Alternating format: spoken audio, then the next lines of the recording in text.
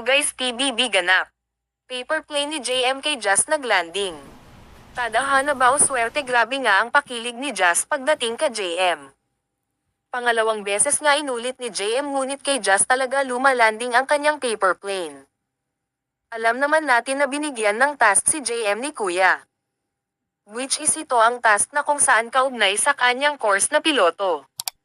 Dapat ay mapalipad niya ang paper plane kasi naglalaman ito ng mensahe.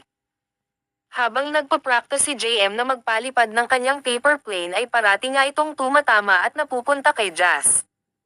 Kaya sinabihan ni Jazz si JM na sakin lumalanding eh.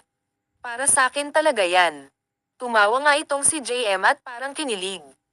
Haka-haka nga na ang task na ito ni JM ay para magtagpo ang mama ni Jazz at Sofia. Kailangan niya nga itong mapunta sa tamang tao, which is dapat mapunta dun sa kung saan nakapwesto ang mama ni Sofia at Jazz. Para mabasa nila ang mensahe na nakapaloob sa paper plane. Kaya naman umalma ang netizen sa sinabi ni Jazz. Sabi nga ng netizen nasaan daw ang kilig hinahanap nila.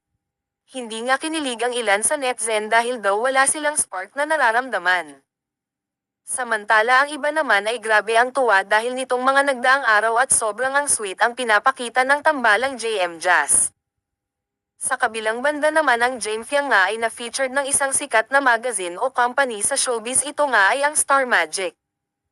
Nagpalabas nga sila ng music video na kung saan starring ang tambalan nila JM at Sofia. Minahal nga ito ng mga tao dahil isang oras pa lamang ay nahit na nito ang million views.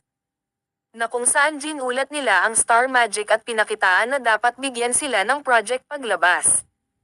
Dahil nga isa sila sa pinakamalakas na love team ngayon. Abangan nyo mamaya ang pagkikita ng mama ni Jazz at Sofia. I-upload ko dito sa channel, kaya't kung gusto nyong maging updated sa latest news about PBB, mag-subscribe ka dito at i-like ang video para lagi kang ma-notify. Yun lang, salamat.